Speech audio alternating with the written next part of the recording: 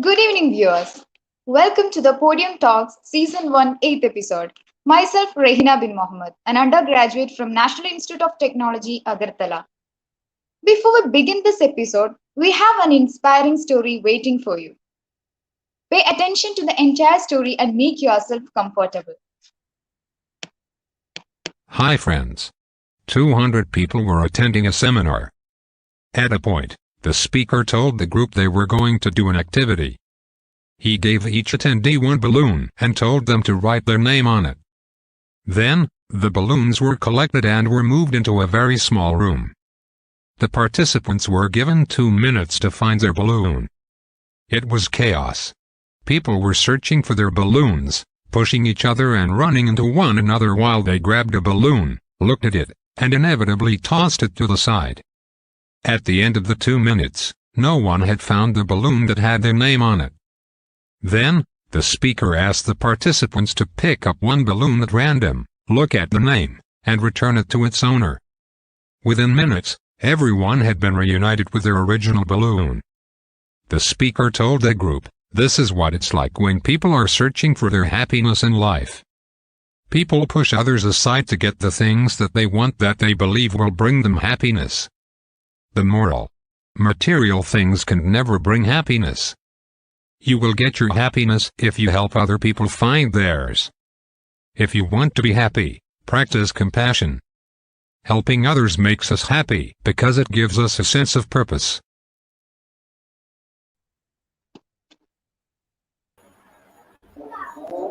What an what an inciting story. A story conveys a soul meaning. To start our today's session, let me introduce myself.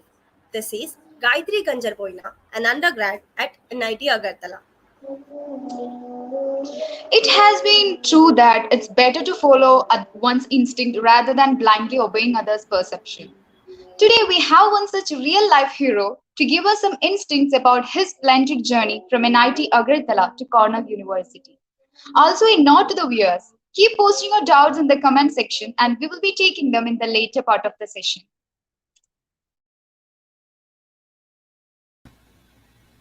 Hi. Thank you so much for the great introduction. I am no hero to start the interview with that, but I would like to thank the Pladex team for considering me worthy enough of this opportunity. So, let me give an introduction to the audience about you, sir. With all due respect, our guest is Mr. Abhishek Mangipudi, who is currently a graduate student in the DeLisa research group at Cornell University and a research technician at Dana-Farber Cancer Institute. Recently, he completed his master's in chemical engineering, and besides this, he has been a graduate teaching assistant at Cornell University, Brookline, United States. He pursued his B.Tech in chemical engineering from NIT Agartala. There are some achievements we are going to mention. He served as a class representative for the Master of Science class 2019 to 2021, completed his research intern at the National University of Singapore, and was a research trainee at BITS Hyderabad. He was awarded a golden medal for best academic performance in the Department of Chemical Engineering 2015 to 2019. And also for the best overall performance in the batch at the National Institute of Technology, Agartala. Now, he will be enlightening us by giving us some insights from his experience about his journey. A very good morning, sir. Before we dive into the session, let me first congratulate you on the behalf of our team upon your success. How do you feel about it, sir? Thank you. I'd say I feel happy as far as I've reached now, but there's still a long way to go. So I'd say I am glad that I was able to achieve what I have till now, but there's still a lot to achieve. Our viewers will be very excited to hear from you, sir. So you can just introduce yourself for the viewers. Yeah, so I am Abhishek Mangipudi, and I graduated from the chemical engineering batch at NIT Agartala the batch of 2015 to 19. I wasn't the class representative. Some Shiny was the class representative, but the other things that Rahina said were right. And then during my time at NIT Agartala, I interned at BITS Hyderabad and National University of Singapore. And then after completing my undergrad, I was able to go on to Cornell University in Ithaca, New York. And then now I'm working as a research technician at Dana-Farber Cancer Institute, where I'm working on developing therapeutics and immunotherapies to treat cancer. Okay, sir. So I mentioned you as class representative. Sorry, sir. Okay, No, without much delay, let us divide into the major part of the today's session. Today's session consists of three segments in the form of three rounds. First round will be career buzz, second round down the memory lane, and third round Q&A session where audience will be giving a chance to ask the queries. So with all the energy and synergy, let's start our first round of the today's session.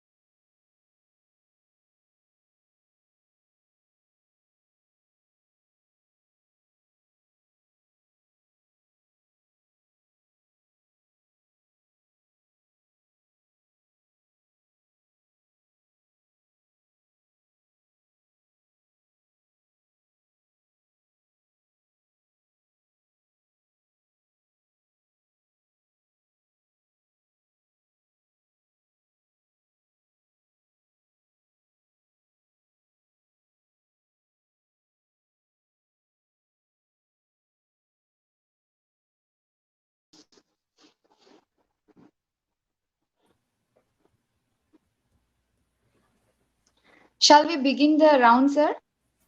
Yes. Okay. Sir, why masters in chemical engineering over a job after graduation? So I always had an interest in going down the academic career route and going into academia. Although this might sound a bit cliched, but I always wanted to become a scientist and wanted to do research.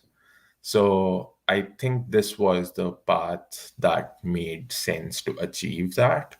So that's why I wanted to do a master's after my undergrad. So students who are willing to having a eager of to become a scientist or like they will be getting inspiration from you, sir. So what was the driving force that helped you in finding your passion in chemical engineering? I'd say that I'll share this with you. So in 12th, I took physics, chemistry, and mathematics with computer science, and I was good at coding. I'd say like for whatever was done in at that level. But I always thought to myself that I don't want to do a job where I'm sitting in front of the computer for 9 to 12 hours every day. That was something that I had in mind, plus the aim that I wanted to become a scientist to do research. That's what helped me make the decision that I want to take chemical engineering. The main reason being that chemical engineering is not just chemistry, which a lot of people don't exactly understand. It's a combination of chemistry, physics, mathematics, and economics. So, the scope of research, especially if you want to go into research, the scope or the number of fields that you can go to, if you do your undergrad, say in chemical engineering, is vast. So you can go to the finance side if you want to. You can go and do it in the area of biotechnology, like I'm doing now, or you can go to core chemical engineering, like petroleum and process control, stuff like that. So there is a lot of scope. Like you can also go to the industry if you want to and have a great career there. And you can also go to the research sector or academia. And even in research, you have a lot of fields where you can specialize, a lot of fields in which you can specialize in. So that's why I chose chemical engineering, because it would give me a lot of options. Great, sir. That's actually called determination, we can say. What are the job opportunities for chemical engineer graduate in India? So, as I said, after doing your undergrad in chemical engineering, you can either go to the industry, so the petroleum industry or paints or sorry, I should say petrochemical industry. You can go to the pharmaceutical industry, which is a complete different industry in itself. So in industries, you have a lot of options. So either you can sit for on-campus placements or try off-campus placements or get into a PSU through GATE. And those are the options if you want to go into the industry. For academia, you can do your master's or you can go in for a PhD. And in that, you can either go into fields of I'd say research in the energy area, renewable energy. That's one of the areas. You can go into process control and thermodynamics, which is the core, fluid dynamics, fluid mechanics, those things. Or like me, you can go to the bio related area, like the biotherapeutics, biotechnology, which is an emerging field. So in academia also you have these different fields. You can also do computational work in chemical engineering, but solving chemical engineering related problems, like computational fluid dynamics you might have heard of, or even bio has these things where you can do computational biology. So you can become a computational biologist. So you can go to the industry, you have a lot of different fields, as I said, and you can go to the academic fields, do your master's, do higher studies, and then go that side. So after undergrad, you can make those choices. And it is not necessarily that you need to do your master's after undergrad. You can also work and then jump to the other one. So there's always that option too. Yeah. So many options are there. It's us who like selecting what is needed for us like that. It's like Yeah, viewers will be excited like to hear this much scope is there for chemical engineering. So yeah, sir, continue. yeah, that's there. And one thing I would like to add is that um, definitely getting a job is not that easy, especially if you compare it to, I'd say, if you are getting any job is not easy, is the first thing that people should understand. You have to work hard for it, but make sure that you are like looking out for opportunities, because every Exactly. opportunity matters. Even if you get like a good internship, there's always the chance that you can, if you have that internship, your chances of working at uh, working in the industry or getting a job increase because of that experience. So make sure that you are on the lookout for opportunities. Do not just wait for things to fall into place. You have to actively look for opportunities. Sir, was this your dream that going abroad right after graduation or just give it try and proceeded? I'd say so. I got inspired to study abroad when so initially I always wanted to become a space research scientist and I wanted to work at ISRO. But then when I was in my second year, there was this economics professor called Professor Debashish Nyogi, who is the head of the MBA department at NIT Agartala, or was then. And he has been a great support throughout. So one day he was just asking people in the class, what do you want to do? So that's when I said I want to become a space research scientist at ISRO. He said, why don't you aim for NASA? You can always aim higher. So that's when I started thinking about my options to go abroad and study. So that I'd say was one of the points where I started thinking about going abroad. And then I got this internship opportunity at National University of Singapore.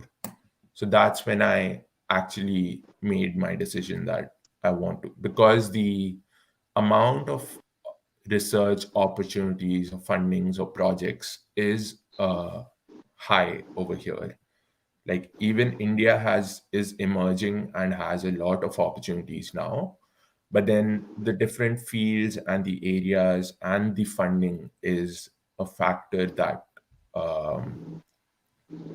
played into my decision of studying abroad. I remember the words of APJ Abdul Kalam: dream big, always dream big. Then we will reach there. And you're an example we all have right before. And so, when should an undergraduate start preparing for GRE examination? If he planning for masters abroad right after his graduation?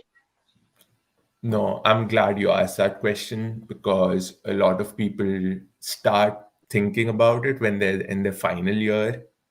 But I'd say that if you want to actually if you are sure that you want to go abroad or apply abroad, a good time to start is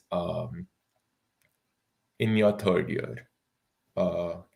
And one of the previous speakers on this platform also spoke about this. So, how these applications work is that if you apply, say, in August of 2021, then you will be able to get an admit and attend college in August of 2022. So there's this 1 year. So you need to apply 1 year before. So if you want to attend a university after you finish your degree, that is the August following your graduation in May, then apply a year before. That is in third year's August, you should apply. So there are also different times when you can apply, called the spring and the fall sessions. So the spring is usually starts from January and goes up to May, and then this session called the fall, it usually starts in August and goes up to December. That's the timeline. So usually people apply for the fall sessions. So I'd say a good time to start preparing is 6 months before you want to apply. Actually, 6 months is a lot. 3 months for sure. You should at least have 3 months before you plan to apply. So these deadlines are usually in November and December for the applications to foreign universities. So it's a good idea to start preparing, say, in the summer vacations or in June of 1 year before, when you want to get an admit. Yeah, so I guess the viewers got an idea about the GRE examination application and all. So, can one get a decent score in GRE examination with self preparation? What is the more suggestible way? Like, is it self preparation or joining a coaching institute? No, I think personally, I feel that self preparation should be enough.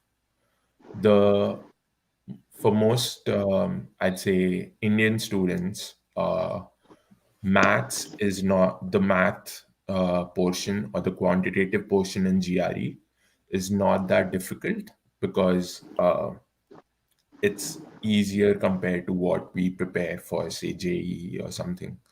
It's more of a logic based kind of thing. So the quantitative section is kind of easier. The part where people tend to not perform well is the verbal section. So the verbal section in GRE needs you to prepare a lot of vocabulary, a lot of new words you have to learn. And that's what needs more effort, I'd say, for people who have gone through the Indian education system, I'd say. There are exceptions, definitely. But then if you work on that part and if you prepare properly, say for 3 to 6 months, anywhere from 3 to 6 months, that should be enough. And then you should be able to get a decent score in GRE, according to my understanding. The thing with coaching institutions is they give you a set method to prepare and stuff like that, but they are also very expensive. That's something people should, that's an important consideration. And also, if you are able to like make a schedule for yourself and stick to it, at least for 3 months, just focus on that, nothing else, then I think people should be able to get a decent score. Okay, sir. Sir, did you give any of the competitive exams like GATE? Yes, I did give GATE, and I think I sat for the BARC examination as well. But this was after I had applied, so I didn't prepare for GATE at all. Um, I'd say it was more based on what I had studied during the 3 to 4 years of chemical engineering, for which resulted I was able to, again, uh, GATE, I was able to get a qualifying score. But I'd say the thing people neglect, and I've seen, although I am not the correct person to suggest about GATE because I didn't sit and prepare for it, it takes a lot of effort, and I really appreciate the effort that people put into it. The thing that people often ignore is the logic and the quant section in GATE, which is like 15 marks or something.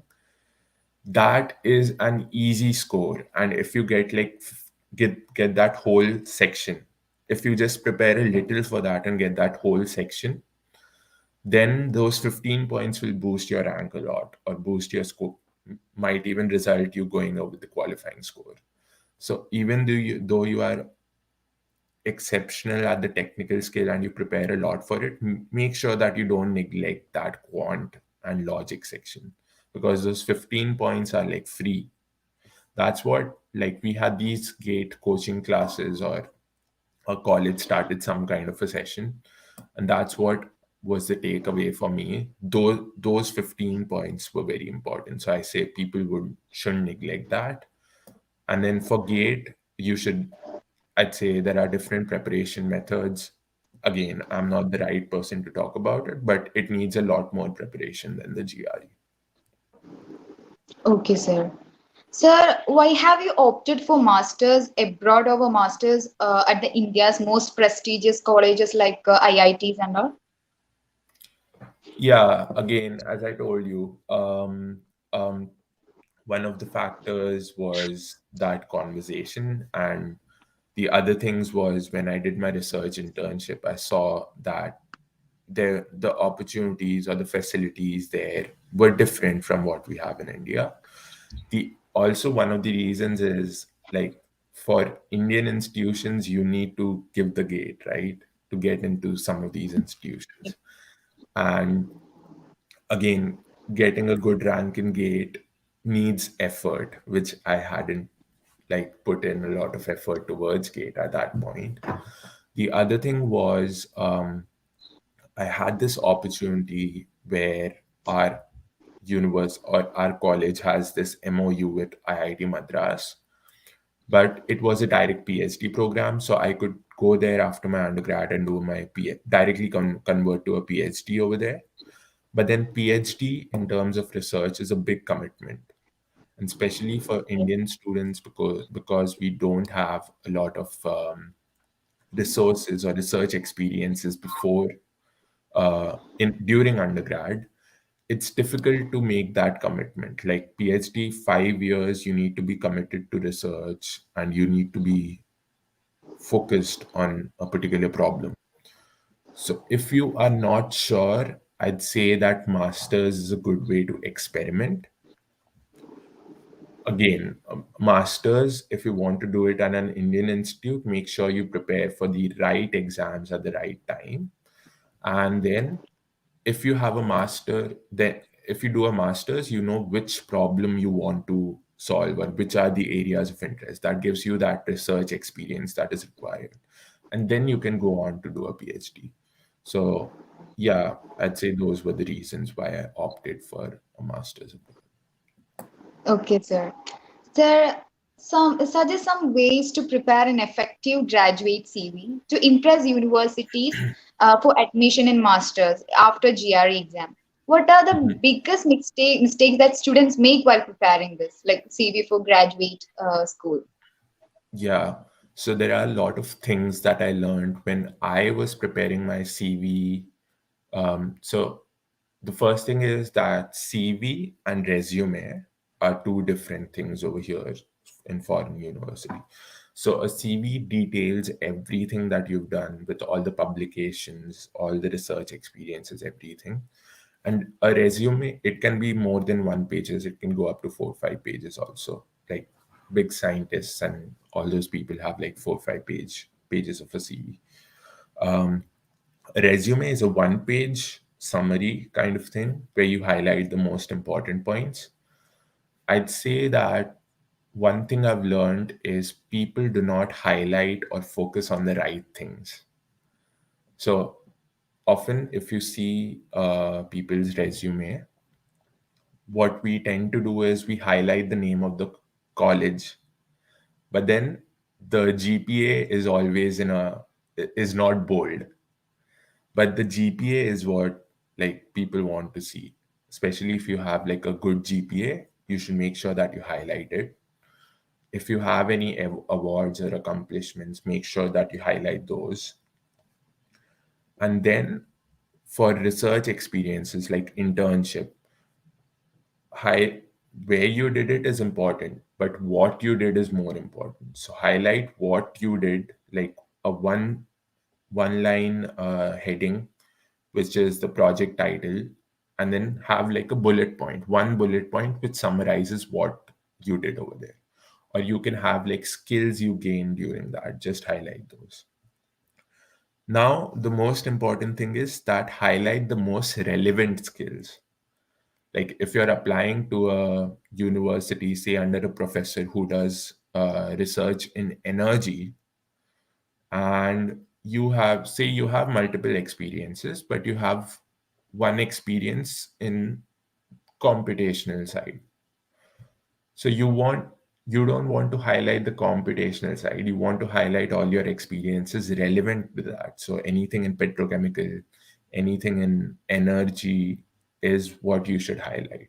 So make sure even if you have like a lot of experience, make sure that you highlight only the most important ones and relevant ones. Okay, sir. Sir, nowadays many people are preferring to get IT jobs, jobs in IT sector. What would your suggestion to be like to the student who aspire to bag up jobs in the core sector only? So people who want to get jobs in the core sector, make sure that you are focusing on what you are studying during the core. Like some of the things you should consult people who have gone through the interview process. I did go through one of the interview processes, and they want you to have like a basic understanding of what you're studying. They don't want you to remember full formula or something, but make sure that you understand where things or where different terms in that formula are coming from. So have a little logic, and then with the technical knowledge that you have, if you focus on that and prepare the particular things that you know people usually ask in interviews, then that would help you prepare for the core. And the other thing is, if you want to go into the core, make sure that you are on the lookout for opportunities. As I said, if there is an opportunity, make every effort to get into it. Now, one thing I observed during my undergrad is some people had such exceptional technical skills, but the things which they didn't prepare for a lot was the parts where they had to present themselves, like group discussions, and how just your mannerism in talking to the interviewer, communication skills. You might have done a lot of internships, everything, but you need to be able to present. You need to be able to tell them they are giving you a job, and you need to be able to sell yourself. So make sure that people start. I'd say to the students that start, if you know that you are not that good at communication, start preparing for that too. Like start brushing up those skills too, because even if you have like a lot of technical knowledge, you should be able to convey that. So technical knowledge, I'd say approach it logically, and make sure that you are like, when you're given a problem, even if you don't know the answer, if you don't know the answer, don't say I don't know the answer and just sit over there. Say in an interview, you can say, yes sir, I might not know the exact answer, but I can try, and then start from the basic approach and try to reach the answer. That that process, or the fact that you are willing to solve the problem even though you might not know the answer, or you accept the fact that you do not know the answer but do not want to give up, is a good thing. That's what interviewers want to see, right? So communication skills and technical knowledge with logic is what I'd say people should focus on. Actually, I was about to ask you about the interviews, but you said everything. Sir, how was your edupacked research internship experience at the National University of Singapore, and also as a research trainee at BITS Hyderabad? How could you enroll for these internship programs? Yeah. So till the end of my second year, I did not have any kind of internships or research experience. So w- I'd say if you want to go for an internship, start applying early, especially if you want to go for research positions. Start sending out mail to professors whose work you find interesting and where you want to work. So that's what I did. So second year summer, I didn't have anything, but I sent out some mails to some professors at BITS Hyderabad, mainly because it's close to my house, and I also know that it's like a good institute, which is like one of the top in India. So I sent out a mail to some professors, specifically in the areas of bioenergy, because that's what I was interested in at the time. And then I got a reply from them saying that they did not have an opportunity for that summer, or vacancies for that summer, but I could try in the winter. So 6 months later, I didn't leave that. I sent them a mail again, and I was able to go and do a small internship, small training, like a 1 month training over there. But that's when I learned how research works and how people work in labs. So that interested me more into getting research experience. And then with edupacked, I had this great opportunity where this company called edupacked comes to our college. I don't know if they still actively recruit people or not, but they came to our college and they interviewed people from different branches.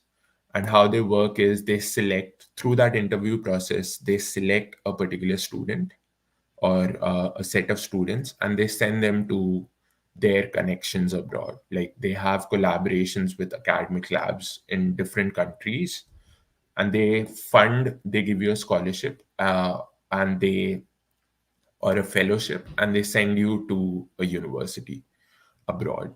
So I interviewed for the process, and they saw something in me, and I got the opportunity to do my research internship with one of their collaborators at National University of Singapore. So this internship was more in metallurgy and material science. But as I said, because I had the opportunity, I chose to go ahead with it. I didn't want to give up on it.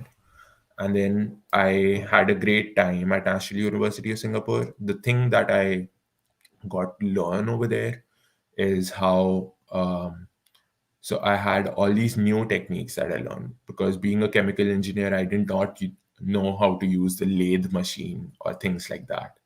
But that's what I learned over there.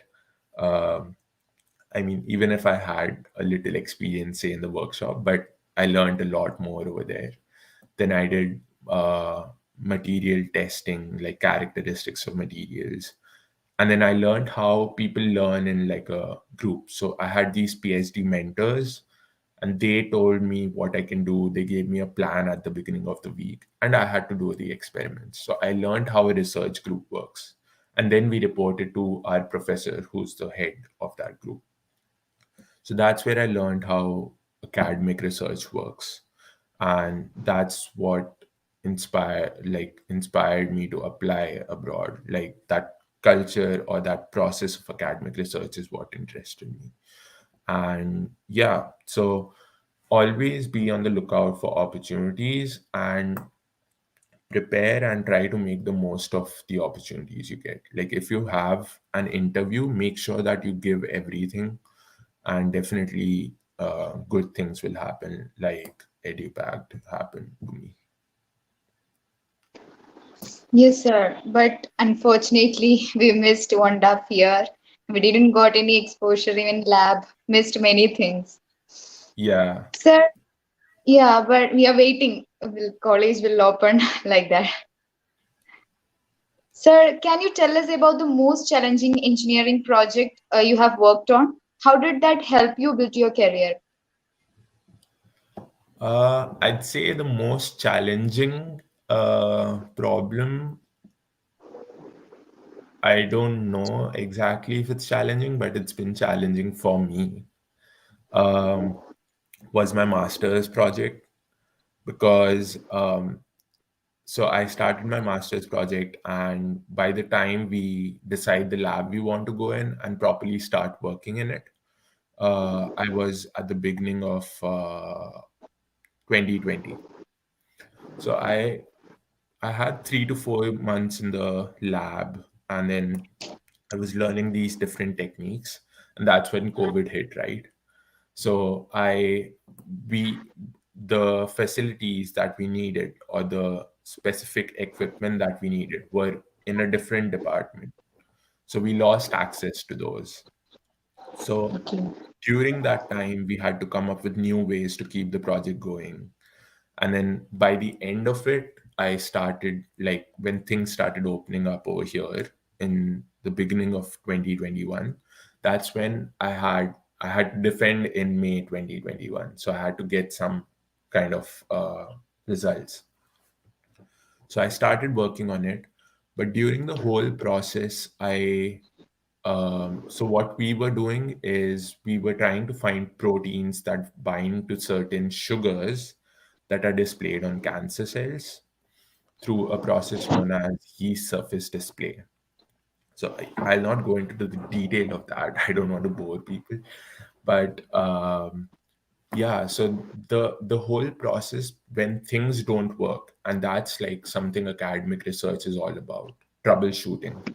So when things don't work or when you don't have a particular way to do something, then you need to come up with new ways.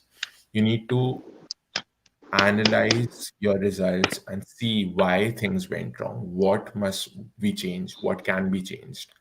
And that troubleshooting process keeps on going. Like, even if you're like a high level scientist in some industry or in the topmost academic lab, things do not always work. There will be times when things don't work. But at first, when my first major experiment did not work, I did feel a bit bad and was sad about it. But then to get back up and analyze what I can do differently, what I can uh, change so that this starts working. things like that teach you a lot. Those are very important. Those, even if you make mistakes or even if something does not go according to plan, those are important so that you can learn from them and make your experiments foolproof and avoid making the mistakes you made earlier and get good results. So that troubleshooting process is something I would say is people should learn to get through that process, especially if they want to go into research. Yeah. Uh, Failure is the best teacher, we can tell like that. Yeah. Currently, you are a graduate. Yes, sir. Go ahead. Go ahead. Yeah. Currently, you are a graduate student, DeLisa Research Group. So, what do you actually do there? No, so I am currently working as a research technician at Dana-Farber, but I was a graduate student till May this year, and then Okay. I completed my master's. So, as I told you, my master's project was this protein engineering problem, where we displayed proteins on yeast cells and then we screen them so that we find particular proteins that bind to sugars on cancer cells. So what we did was we had these different rounds so that if we had slide binding in the first round, we modified it a little so that by the end of it, we had these binders which could bind with high affinity or which could bind very tightly to those sugars. And those proteins would then be used for imaging cancer cells. So that's something I worked on uh, during my time in the DeLisa research group at Cornell. That was a stunning round, sir. Actually, it's amazing, and the viewers will be really happy to hear these things from you, sir. The session tuned to be very engaging that we expected from you, and this will sure help our audience to build their own career and might have cleared many doubts. So now my co-host Gayatri will take up the next round, and Gayatri, now the podium is all yours. Thank you.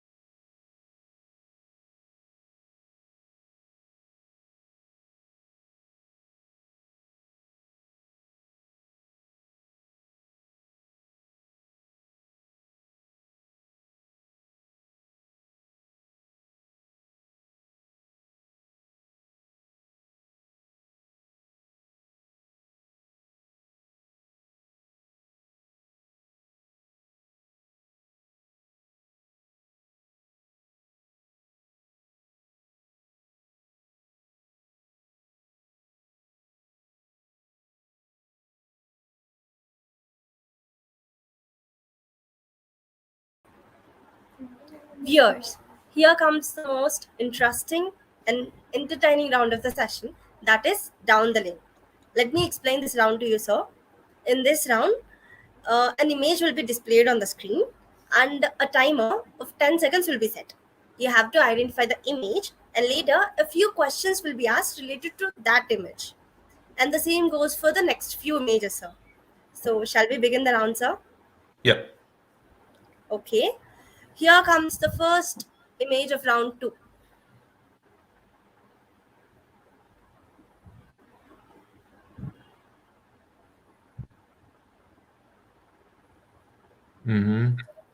This is Live Slope at Cornell University. Yes, sir, where most of your memories were. So, the first question related to this image is, what were your expectations before joining the university? And after joining the university, what is the reality? So, can you say us, sir? Yeah. So before joining the university, I knew, or I'd say one of the things that I was aiming at was doing some research in the area of energy. But then after coming here, things changed. I met the professor that I worked for, and I completely changed my field of interest to protein engineering. So that's the academic side of it. The other thing was I did not know what to expect when I came over here. Like I thought I'll not. Uh, I didn't know how I would make friends or how I would meet people. But then after coming here, I met a lot of people and a lot of Indian people too. So the campus was very diverse, and that I met people from different countries, um,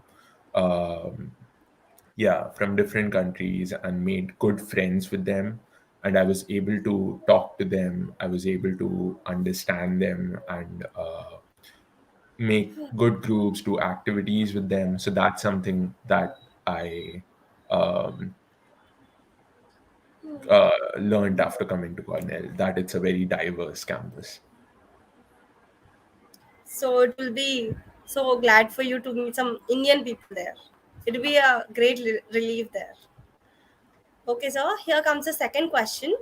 So, any crazy stuff or any memorable experience you had studying in that university? Uh,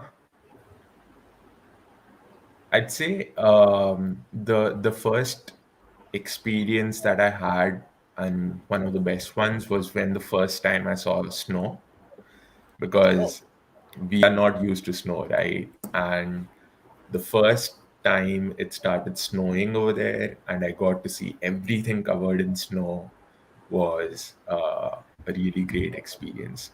And then by the end of 2 years over there, I used to walk in like 4 to 5 inches of snow up the hill to the university.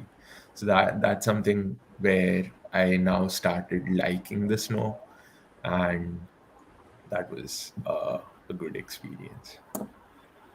any mischievous things, sir? Although we know Uh, you're not a mischievous kid, but anything. Mischievous, I'll have to think about it. Uh, I mean, I know. So as you showed live slope, I can share something related to that. So in the summers, it's not covered with snow, but it's a steep slope. So what people do is people roll in the grass down the slope, and that's something that I did.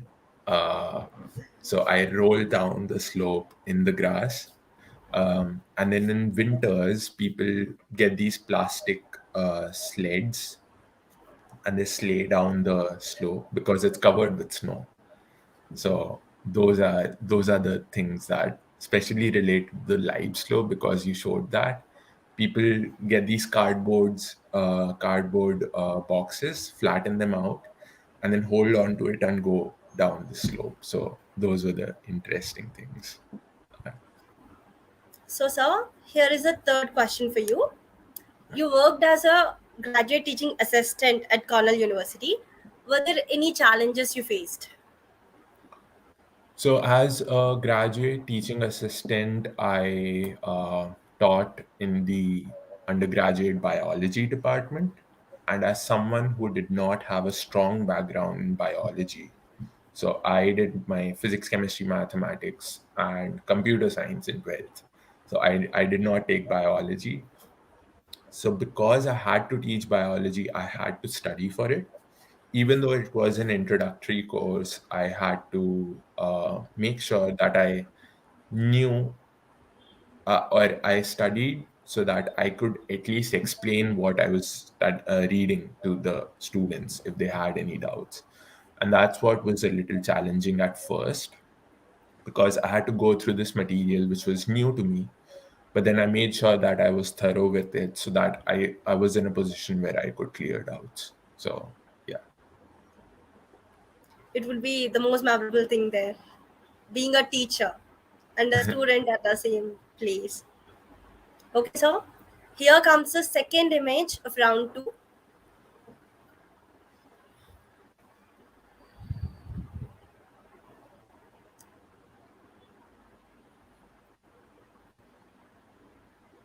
Yep. This is the institute I work at now. So, sir, the first question related to the images, like, how is the working experience there? So, yeah, so the Dana-Farber Cancer Institute is actually a hospital that also has specializes in doing research for treating cancer. So I was very excited to get this opportunity because I was going to a place which is known for designing or known for designing therapies that help people who are suffering with cancer. So the mission itself was something that inspires me every day to do something new. The other thing is the work experience is more like an academic lab rather than an industry because I get to work in a lab on certain projects. But at the same time, I have the option to do things a little differently, do things my own way. So that's something I prefer while working in an academic lab compared to the industry. The other thing is this Cancer Institute is in Boston. So this is a complete change from where I was in Ithaca because Ithaca only has the Cornell University campus. It does not have anything else. So you'll see a lot less people over there. But Boston is like main city. So there are a lot of people around and it's like in the middle of the city. So that was something new and that was something that is not, I'd say, not bad. It's good to see people when you're going to work. Sir, how is working atmosphere there? The work atmosphere is great. Like the lab that I work in, everybody is very friendly, very helpful. Uh, if you do not know how to do something, I just go and ask someone and they help me. So they sometimes even stop what they are doing and come and tell me how to do something. So that collaborative environment, that supportive environment is very important. And uh, I get great mentorship because I work with postdocs, so postdoctoral candidate fellows, and I also work with a senior scientist. So the tips that they give and the way if something doesn't work, they tell me how you can change this, and they give me from their experiences, the tips that they share. That is helping me grow a lot. So it's a very friendly and supportive environment. At the same time, I'm learning a lot, and that's something I would love in a job. Sir, can you briefly explain about your role Yeah. there? So I work as a research technician in Dr. Eric Smith's lab. And what our lab specializes in doing is designing CAR T cell therapies and immunotherapies. So what we do is we take cells uh, from a patient. So our body has this immune system, and it has these cells that attack cancer cells. So what we do is we take the cells from the immune system of a normal human being, we modify it so that it specifically attacks the cancer cells, and then put them back into the patient, so that those cells go and attack the cancer. In uh, layman terms, this is what we are doing. So what I am doing is I am trying to screen or develop different CAR T cells so that we get the best candidates that can be used as a therapeutic. And the other thing I'm doing is we are designing these bispecific antibodies. Antibodies you might have heard because of COVID, right? So antibodies are something that our body produces that go and attach to the disease-causing organism and block its action. So we are designing those uh, using an mRNA-based method so that they go and specifically attach to the cancer cells. So yeah, in broad terms, I'd say I'm designing immunotherapies, which is nothing but modifying the immune system a little, so that it is able to fight cancer efficiently. Great work, sir. So here comes the next question: that what kind of challenges you have been facing ever since you started working there? Yeah, so as I told you that I do not have like a strong background in biology, and this particular uh, research that is going on is more based on immunology. Even though I took certain courses in during my masters, and that's where I learned a lot of biology and immunology, but there's still a lot more to learn. So I'd say one challenge is to read. I need to read a lot more, which I have been a little lazy, but I do need to do it more. I need to read a lot more and understand what exactly is going. So to understand the basics of how things work, I need to understand immunology a lot better. I need to read more research papers, research articles. That's something that's something that's a little challenging, but in the end, I think it would be worth it. So I'll end up learning a lot, and that's why I like joined this lab. So, any plans to continue working abroad, or will you return to India? So at the moment, I have plans to apply for a PhD here, which I plan to do next year. And then, so for the next, if I get a PhD for the next 5 to 6 years, I'll definitely be staying abroad. And then at the moment, I do not know how things will go after that, but like if I get a good opportunity, maybe. But because I see a lot of research opportunities, specifically in what I am doing over here, I plan to stay here for some time at least. Okay, sir. So, here comes the third image of round two. Mhm.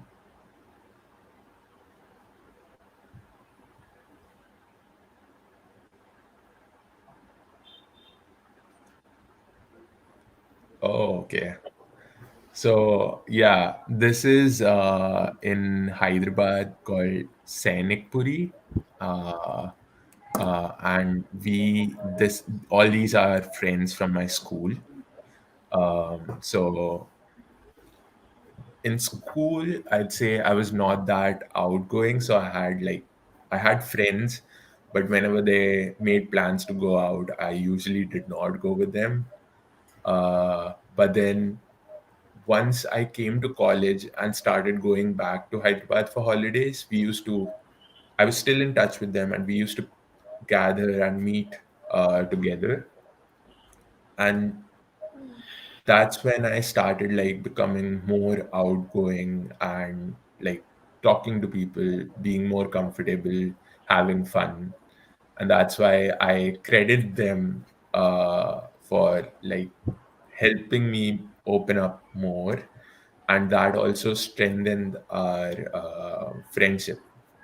So it's really important to have like a good set of friends, and something that people, especially in colleges, when they are aiming towards a career, in the process, sometimes people, especially if they're preparing for a gate exam or something, definitely you have a goal, but then there are small moments that you need to enjoy because you need to have memories, you need to have a good set of friends that you can even try talk to after college. So don't forget having fun. Stay in touch with your school friends, stay in touch with your college friends, have a good set of friends wherever you go, so that you are able to have fun, I'd say. And that's something that I might not have done a lot of initially, but then I learned slowly what the importance of it was. So in fourth year, I had a lot of fun. But then if you can do it throughout, that's a great thing. So, sir, could you add more points about the role of your friends in your life? Yeah, I'd say friends play a very important role because sometimes I'd say if you're alone or if you normally stay alone, sometimes when you're bored, what would you do? Like, or sometimes if you are missing home, staying alone does not help. But if you have a set of friends, you can get together with them, play something, do something, go out something. If you want to, uh, I'd say the most a good thing is having a good roommate if you have roommates in college. And whenever you're going to eat, try to have someone who always comes along with you. So I had my roommate, his name is Vishesh. We were roommates almost throughout the 4 years of college. Like even in the last year when we lived separately, he lived in the next room. So whenever it was 7:30 in the evening, we used to be we used to lock our doors and we used to go to the mess. So like 7:30 sharp. So you need to have friends where you can go out and like have fun with. And then I had like robotics club where I made a lot of friends. Um, and I learned to have fun again. If I was alone, I'd say I would not be good at having fun. So I slowly started opening up, and then you learn a lot. You learn about different things. You get to go out, especially if you want to go out. If someone is accompanying you, then it becomes more interesting. You can plan group outings. You can go with a group, and that becomes more fun rather than going alone. And our chemical engineering batch, because it was a small group of 40 people, we were very close. Within that group also you can have a close set of friends where you can have fun. So we had these um, in the boys hostel we had these Maggie nights. So we used to get like 10, 12 packets of Maggie and then cook, and we used to eat together. So those things bring you closer together. So I think having friends is important because it helps you develop your personality, and it helps you become open to talking to people, especially if you go to a new place after your undergrad. If you had a lot of friends, then it would be easier for you to talk to people and make new friends. So that's very important, so that you do not feel alone and you have people to share your feelings with. At the same time, you're developing your personality and growing. So yeah. So, sir, just now, as you said, they help in our development and growing. So, have your friends influenced you regarding your life decisions? My life decisions. I'd say, yeah, like when I was applying over here, um, I did not know a lot of people from our college who had applied abroad. But through my friends, I came to know of people like seniors. And through them, I was able to contact those seniors and get to know them. Like, even if you do not directly know someone, if you know someone who knows a person, then it's easier to talk and get tips. So through them, I got connected to those seniors, got good tips, and then I was able to apply. So that's how they influence my decision.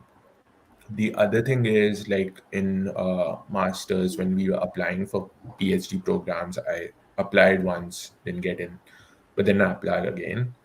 If you have a set of people who are like in the same application process, you can share the difficulties or you can share where you are, so that you know where, um, say if your friend is also applying, you can coordinate with them that we need to complete this by this date, so that we meet the deadline and things like that. So that gives you more motivation. Sometimes when you're doing it alone, it's difficult. That's there. Yeah, and then it's very important that as much as people help you, you also help people. So say if you're, especially as I mentioned in one of the previous sections, communication. Um, So if you're going to sit for a job interview, get a set of friends, do a group discussion amongst yourselves, time it, do it professionally, and that would help everyone in the group. So that's how you can use your friends for your benefit while benefiting them at the same time. By hearing this, we can say, sir, you're blessed to have such friends. Yeah. So here comes the next question: that what do you do in your leisure period? So I like to, especially after coming here, I like to cook a lot.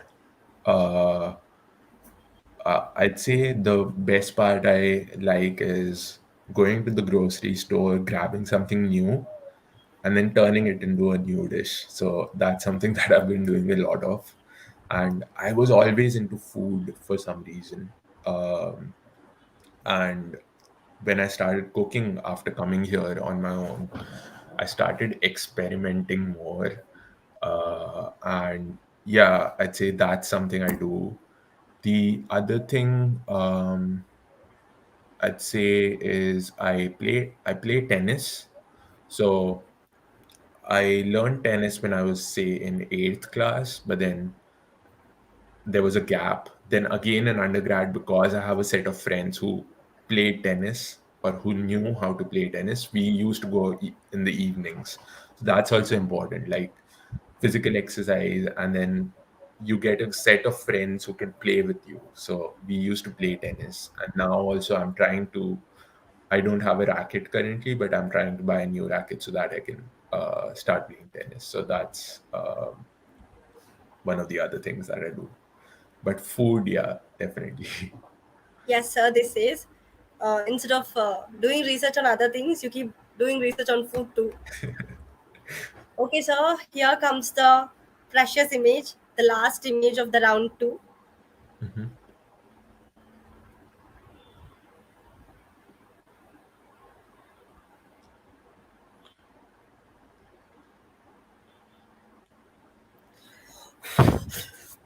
Uh, NIT Agartala, Aryabhatta hostel. Yes, sir. Yeah, I think I've lived in most of the buildings in this.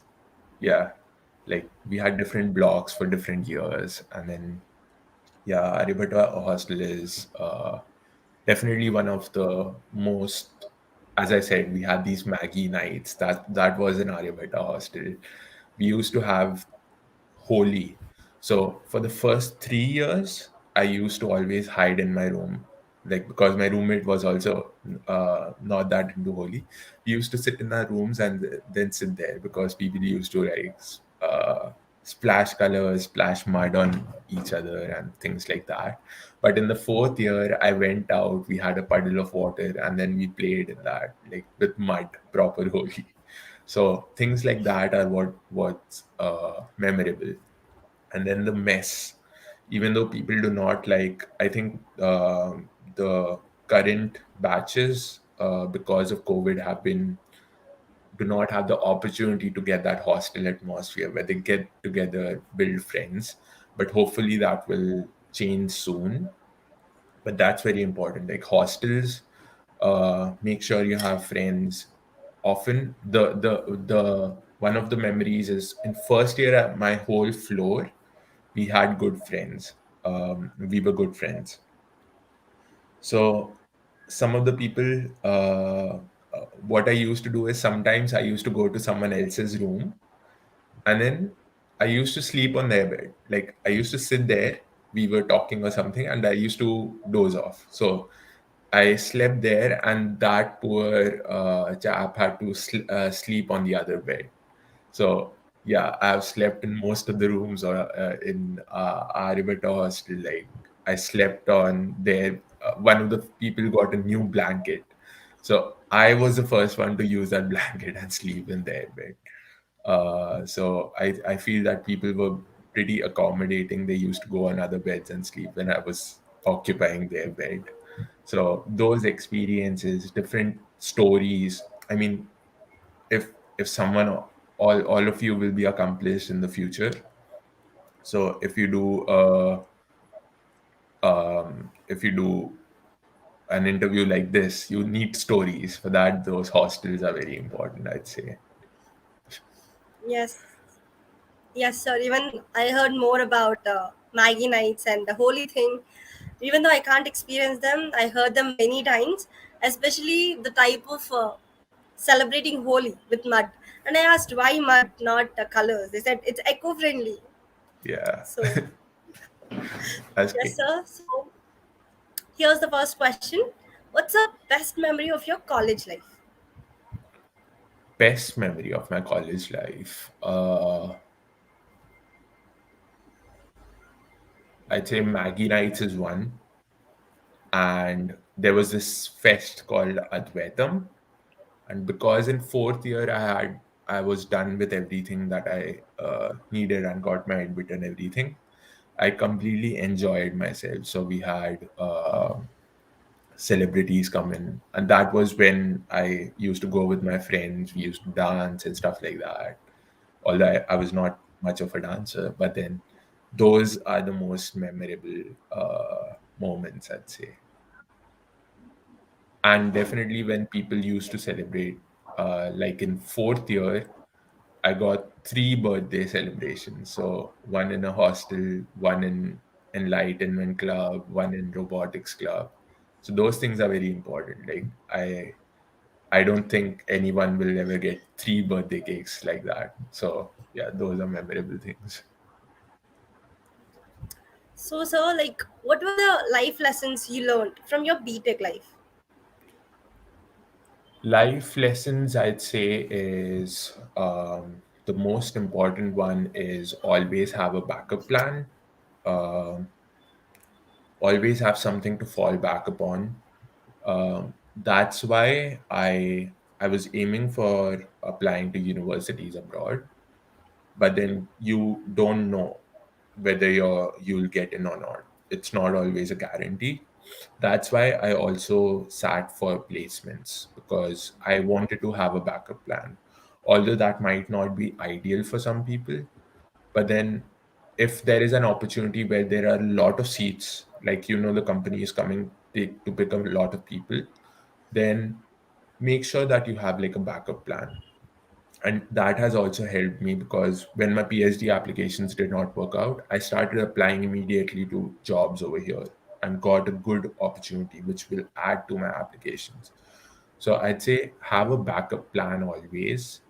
Um, the second thing is do not hesitate to ask for help when you need help. Like, make sure that you are learning from people. Even you can help people, but also get help in the process. So if you're teaching someone, that does not mean that you are not learning in the process. You are also learning. So have that um, set of people who you can share thoughts with, and then that would help you grow.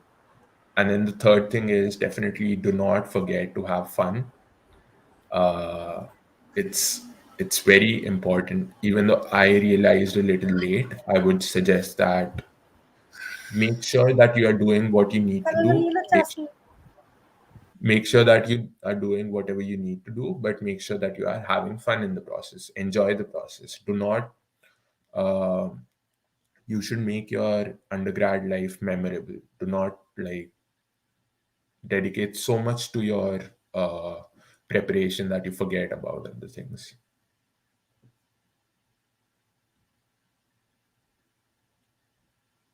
You're on mute, Gayatri.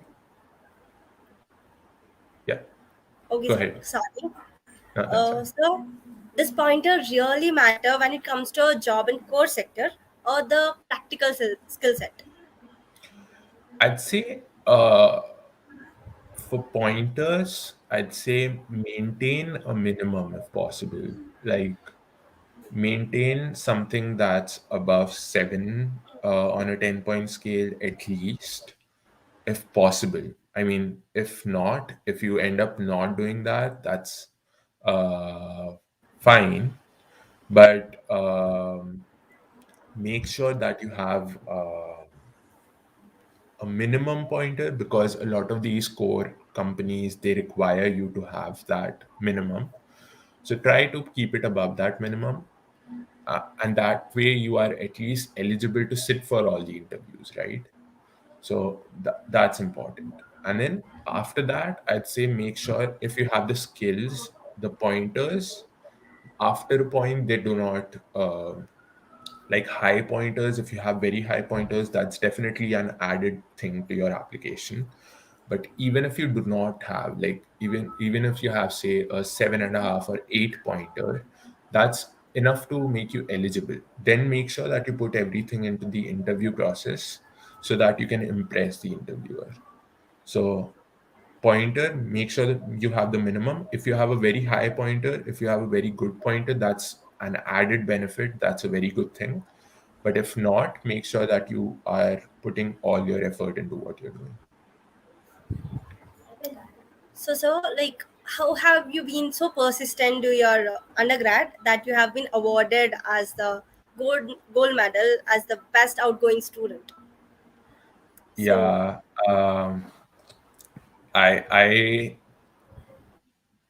I think uh, somehow I managed to maintain a good pointer throughout. That was one of the factors that added to my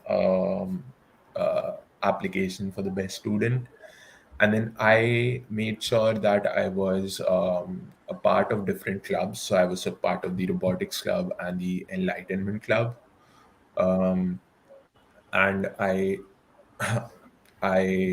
tried to make sure that I was active in my department too, like not only academics, but try to, if you can do something to change your department or make your department better, then that's something that you need to work towards.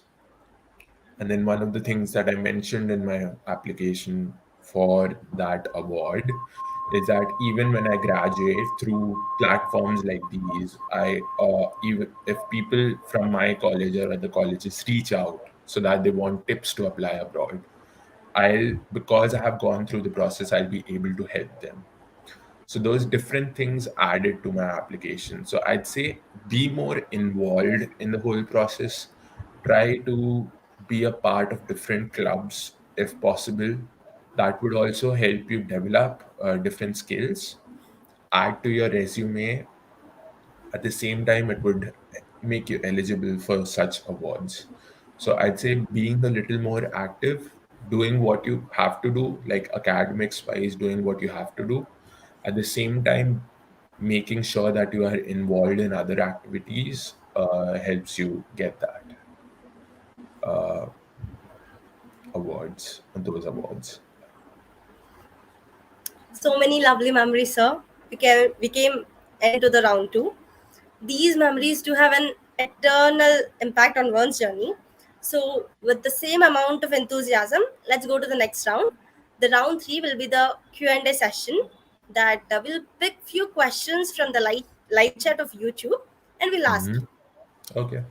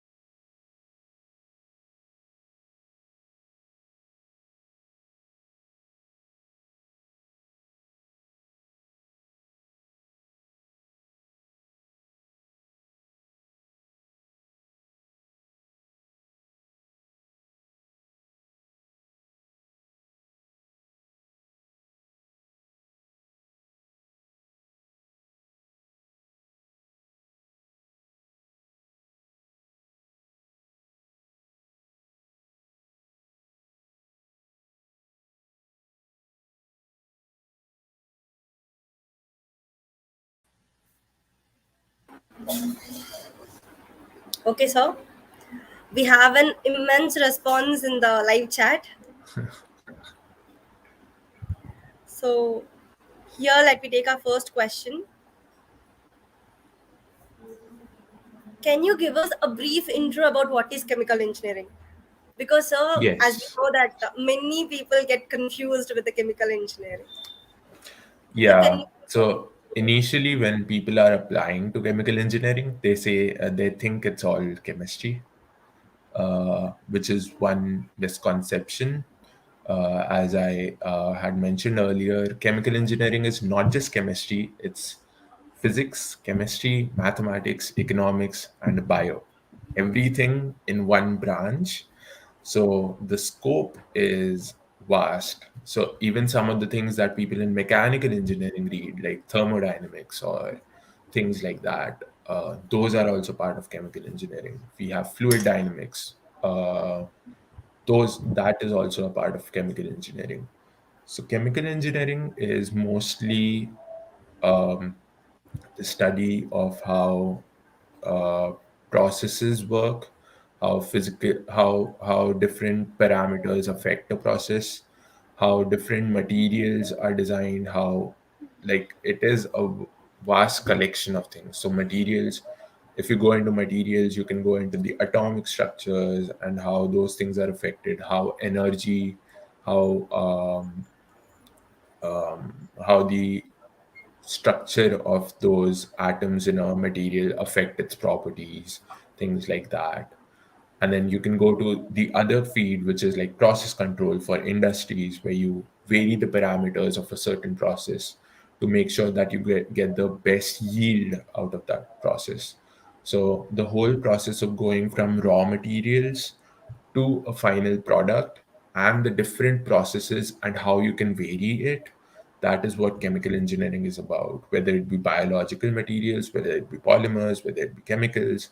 And that is a combination of all these different subjects: physics, chemistry, mathematics, and economics. So if if you are not that great at chemistry, don't worry about it. Chemical engineering is not just chemistry, it's like the best combination. According to me, it's the best combination of all these subjects. Okay, sir. Like here is the second question. Mhm. Let me take it from the comment section. So, sir, have you ever thought of switching to IT sector? uh, as I said, the thing that I was very sure about is that I do not want to sit in front of the computer for 9 to 12 hours as part of my job. And that's the thing that even though I liked coding a lot, I liked logic when I was in 12th class. That's something that it just didn't inspire me. So I never thought about switching to the IT sector. I was more of an experimentalist. I always liked the lab. I always like doing science things. So that aspect of IT is not appealing to me. So no. Okay, sir. Let's take our third question. So, is it possible for a middle class student to study abroad? Yes, I'd say being a middle class student myself, I'd say definitely finances are a big consideration when you're applying abroad. The applications are expensive. GRE itself is an expensive exam. And studying in a university abroad has its added cost. Living there is definitely a high cost. So, people usually take out education loans, and those allow them to study abroad. But one thing you people should also realize is that once you get a job, say, and if you want a job after studying abroad, over there, if you work for like 5 to 6 years, you'll be able to clear your loan, and the return on investment is also great. Like, you'll earn a lot so that you can not only pay off your debts, but you can also make more money. And after that, if you want to come back, you can plan on that. So those things people need to keep in mind. Like, if you want to go into the industry after doing a master's, that return on investment thing is what people need to understand. Based on that, based on what you want to do, those things initially they might be expensive, but in the long term they might result in having a better return on investment. So that is there. The other thing is, after undergrad, I know of people uh, where it is not possible to apply. I am fortunate enough to be able to apply, I'd say, but I know people, because of certain conditions, it's not possible for them to apply abroad. In that case, I'd say, even if you want to do a master's, India has some great institutions and you can go ahead with that. If not, if you want to do it abroad, you can work for say 1 to 2 years. Make sure that you have the money to get, like, pay any previous debts if needed, and apply for and get the money that you save the money that you need for applications. So work for 1 or 2 years. That experience will only add to your application, and then apply. So the option to do a master's abroad, if you want to do it, is not always only after undergrad. You can also wait for some time, make sure that you are in a good place financially, and then apply. So I'd say it is possible, but you need to plan a little, like, financially. It is expensive, but then I'd say make sure it also is gives you a good return on investment. Thank you, sir. Here comes the next question. Like, what do you feel whether the demand of chemical engineers is high in abroad or in India, and why? I'd say the demand for chemical engineers depends. Like, over here, there are, like in India, for people, chemical engineers, mainly they look at core PSUs or petrochemical industries. But then a major thing that some people neglect is the pharmaceutical industries. Like, India, I think, has a lot of pharmaceutical industries, and also is an exporter of a lot of pharmaceuticals. So people neglect some areas. For, like, when they're looking for jobs, they look only at the core petrochemical industries. But then India also has, like, certain sectors where there is a scope for being a chemical engineer. So that's there. When you come abroad, there are, like, people who do chemical engineering. I have a friend who is working in Intel, which is material science. I have other friends who are working in applied materials, again material science. I have friends who are working as energy consultants. So that scope of diversifying is always there. And I personally am working in biotech, so that option is there. So I'd say there are more opportunities here, but that does not mean that India does not have opportunities. And you could always work. I know of people who have worked in India for some time and then come here. So there's that option also. So I'll not exactly put it in terms of demand. I put it in terms of opportunities. I'd say opportunities are, there are a lot of opportunities here, but there are a lot of opportunities in India as well. You need to search for those opportunities. So here comes the last question of the round three, sir. So, Yeah. what are the Yeah. changes and effects? Yeah. So when the pandemic hit, we went to a complete online mode of study, and it was definitely different from sitting in a class and, like, studying. So the thing I found that is, when you have meetings and when you have classes, you're constantly sitting in front of the computer, and that sometimes becomes very irritating. And then you also tend to get distracted from the classes because you have your phone to look at, and then things like that. So make sure that if you're doing a class, try not to look, like, even if you want to look at your phone, make sure that for 1 hour you at least are present, and then again, have a good set of friends who you can video call with and solve assignments if you want to. That would help. So even though it is challenging, I understand for y'all. You need to make sure that you find new ways, and you should take this as a challenge. Find new ways to like study together, to approach study in a new way. There are some advantages also. You don't have a chalkboard that professors need to write on. They can just present slides, and you can save those slides. Sometimes if sometimes someone writes and you're not taking notes, you always have the slides to go back to now. So there are advantages and disadvantages. So make sure that you take advantage of the process. So here's another question, sir, from the viewers. Mm-hmm. Let's take this last question.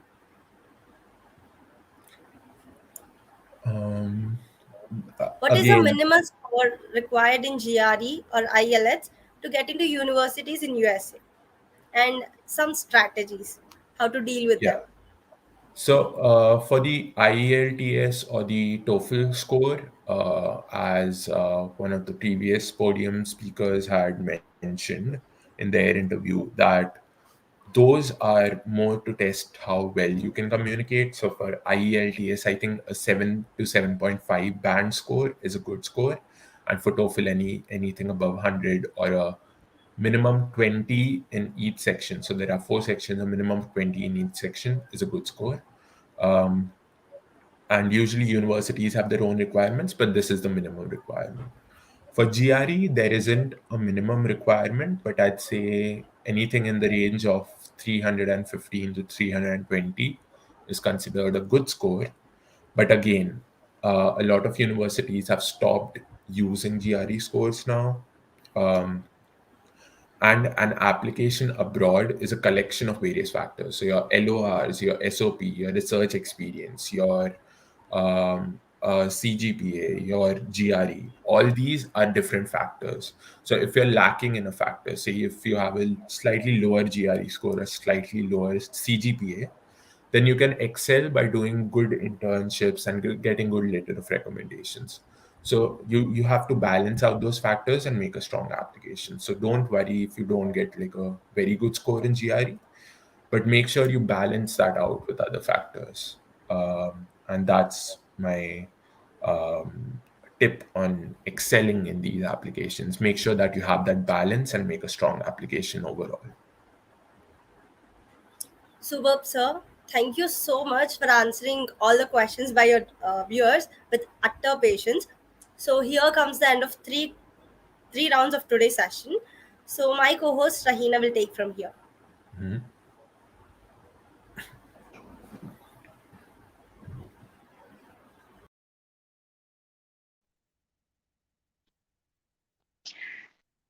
Thank you, sir. The 3 rounds was amazing, and there was an immense positive response in the live chat also. And sir, how was the interactive with us on this pleasant evening? Yeah, first of all, I would like to thank the Pladex team for considering me worthy enough to give this interview. And I would like to thank Hemant specifically for reaching out. Uh, and the team over here, Rahina, Gayatri, Priya, Kishan, everyone, and all the other people who are working in the background, they have been absolutely amazing. And I am really impressed by the amount of research that was put into and the work that goes on in putting on something like this. And the whole mission of reaching out to people is reaching out to students who need resources is something that I truly appreciate. And I had a great conversation with y'all. I hope it was the same from your side. But then I really appreciate the questions and the comments, the thoughts, and definitely if people need help in the future, you can always feel free to find me on say LinkedIn or something and reach out for help. I'll be glad to help people. Sir, I'm also a chemical engineering student, so the information you shared, no, that's actually really useful. Many things I came to know, and I feel like, yeah, I can do this thing. There is a lot of scope, opportunities like that. So the session with you was really amazing, sir. Sir, any suggestion to the juniors? Yeah, I'd say that a thing that I see, one thing that if people are looking for jobs, have a LinkedIn profile. And if you have a LinkedIn profile, make sure that your profile picture is not a selfie. That's something that I don't like at all. And try to contact people, try to reach out to people. Whenever you're sending someone a request, try to put in a message saying that, introducing yourself, so that it's easier to connect. So that's one thing. Use LinkedIn, specifically if you want to look for contacts in the industry. Make most of the opportunities at hand.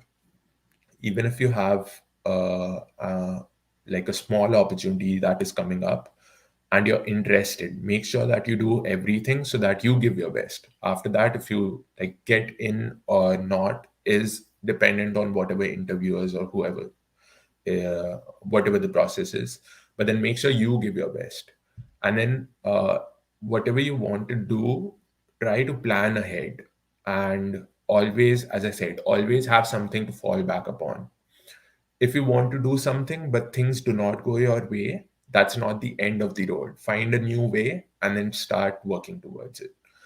If you want to apply abroad, fine, you can do it after your undergrad, or you can do it after 2 years of working. It's not the end of the world if you do not get into a college after your undergrad. So always have something to fall back upon, and do not get disheartened when things do not go your way. There's always another way to reach the same goal. So keep working towards your goals. That was great suggestion, sir. Thank you so much. And that was such an extraordinary session and memorable experience interacting with you, sir. I would like to thank you for accepting our request and giving us an interview and your valuable time, sir. Thank you so much for having me. That's it for the evening, viewers. Hope you all enjoyed the session. If you have missed the session, you can watch it on our YouTube channel. See you again on coming Sunday with another real life hero. Stay tuned. Here a great day, and this is Rahina along with Gayatri signing off.